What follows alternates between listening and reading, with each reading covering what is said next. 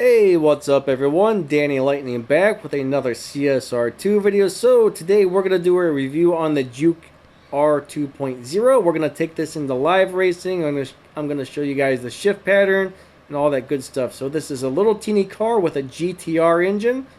Alright, so let's go ahead and take this into a test run, and I'm going to show you exactly how to drive it.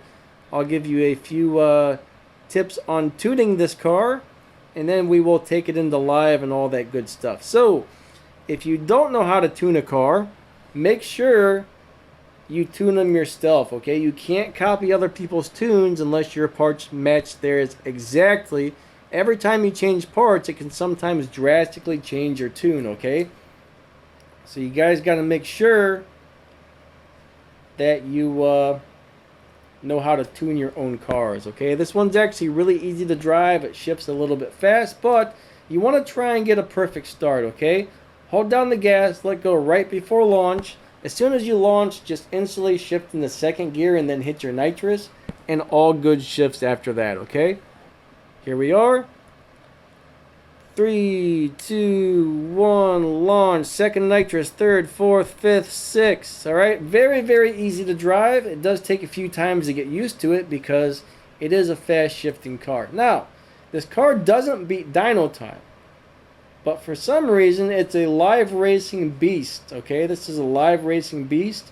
I got a 12.066 and I got a dyno time of a 12.031. Alright, so usually I run in the 12.0 to 12.1 range. Most of the time I run about a 12.1 in live racing, and somehow I still win pretty much every race. Alright, I do have one stage 6 part installed on this, and besides that, everything else is around stage 5. Now this car does not beat Tempest 3, okay? I don't know if it beats Tempest 2 or Tempest 1, but the thing is, this car speeds up really, really quickly. It's got an extremely fast 0 to 100 time, but it's got a very low top speed, okay?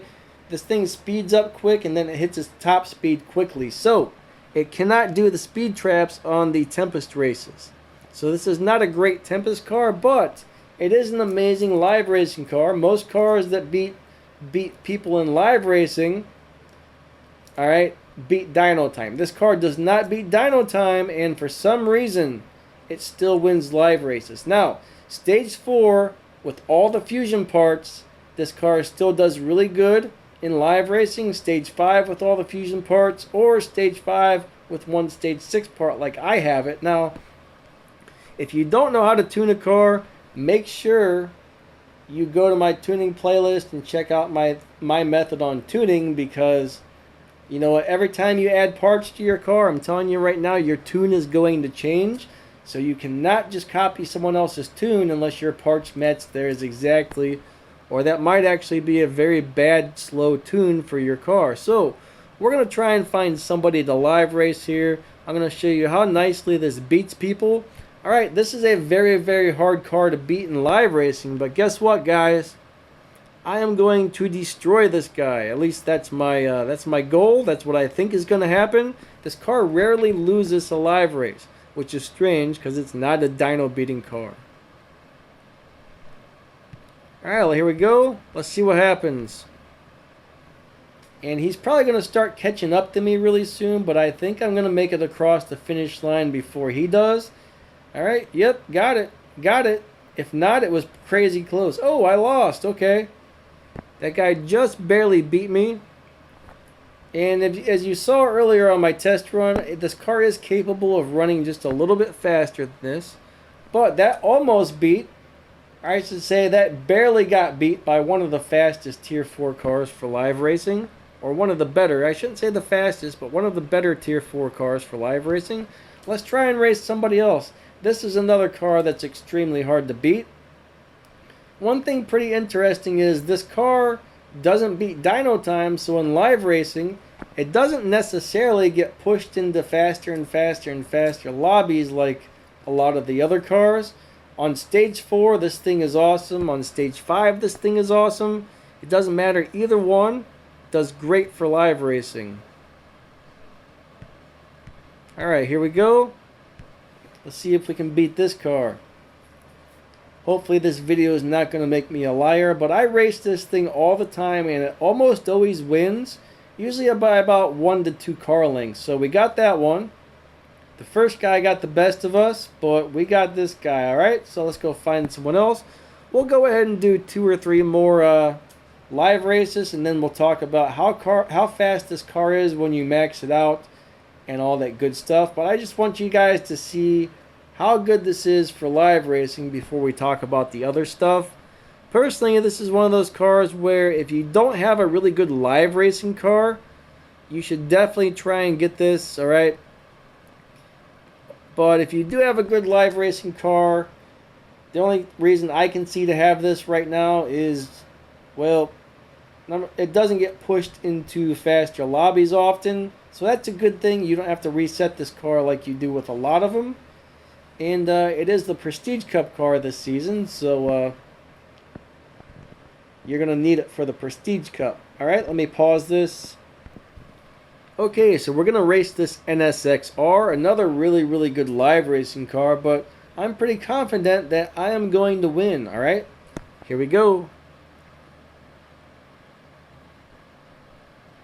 Where's the countdown? Whoa, 3, 2, 1, go. Second and nitrous, third, fourth, fifth, sixth. I think I buried the needle there, so I might have run just a little bit slow. And I think that other car, nope, here he goes. And he got me. Alright. This video is making me a liar. I'm surprised. This car hardly ever loses. Opponent disconnected. You have been awarded the win. Well, if that's the case, why did I just lose? Anyways, let me pause this. Now, I shouldn't say this car never gets pushed into the faster lobby because it actually does, but usually when that happens, you might lose 3 or 4 or 5 races, and then you go back into a lobby where you win every time again. So if it does get pushed, you don't actually have to reset this one, okay? It kind of resets itself.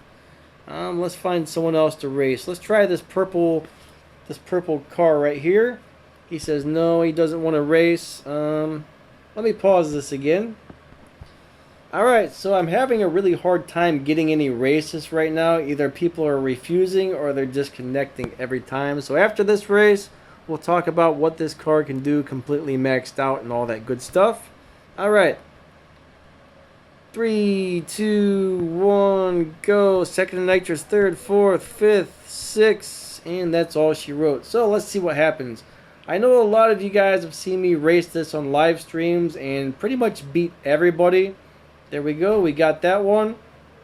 So we had a couple wins, a couple losses. Normally this car wins, I'd say 7 or 8 out of every 10 races for the most part. Very, very, very good live racing car on stage 4 and stage 5. Alright, so completely maxed out. This car will run around 10.5-ish, 10.6-ish when you max it out completely. You know, maybe like 10.5.5 to 10.6 is probably what you're going to see if you can get a really, really, really good run. Now, a lot of you guys think this car is ugly, and it kind of is. But imagine driving this thing in real life. You got this little GTR engine shoved into this little teeny hatchback thing that's probably about as light as you can get. This thing moves, guys. This thing moves, okay? Mine's currently on stage 5 with 1 stage 6 part installed. I know for a while my crew was actually swapping with this car where we would all get this car. I think we would set it to stage 4. And we had a specific tune for it. I can't remember what it was. But for tuning, okay, I'll kind of show you where my tune is setting. But please, please, please don't copy my tune unless your parts are matching mine exactly. Because like I said, I have all stage 5 parts installed and 1 stage 6 part right now. But, so that's an idea of where my nitrous is setting. My transmission's over here and my tires are up here. So if I remember correctly on this car, I think I tuned my tires first, my transmission second, and I think my nitrous last. It's been quite a long time since I tuned it, but that's kind of how I remember it going. Alright, make sure you check out my tuning video. If you don't understand my tuning method, it does really good for most cars. As far as I can tell, that's the best way to get a general tune, and then you kind of tweak it from there. But alright, I really like this car, guys. I really like this car a lot. Usually it doesn't win as many, it doesn't lose as many matches as you saw here. You only saw it lose a couple, but it usually wins most of them. Anyways, this is a really awesome car. That's how to drive it and some information about it and all that good stuff. Definitely worth having in your collection if you want a nice Tier 4 live racer that doesn't have to be reset all the time and seems to win the majority of the races. It is really weird. Like I said, it doesn't beat Dyno Time, but it wins live races, and that is not normal. So this is kind of like a hidden gem on Csr2. You may not like the way it looks, but you know what? It's a darn good car anyways. So you guys should be happy to have this thing, alright? Catch you guys later. See ya.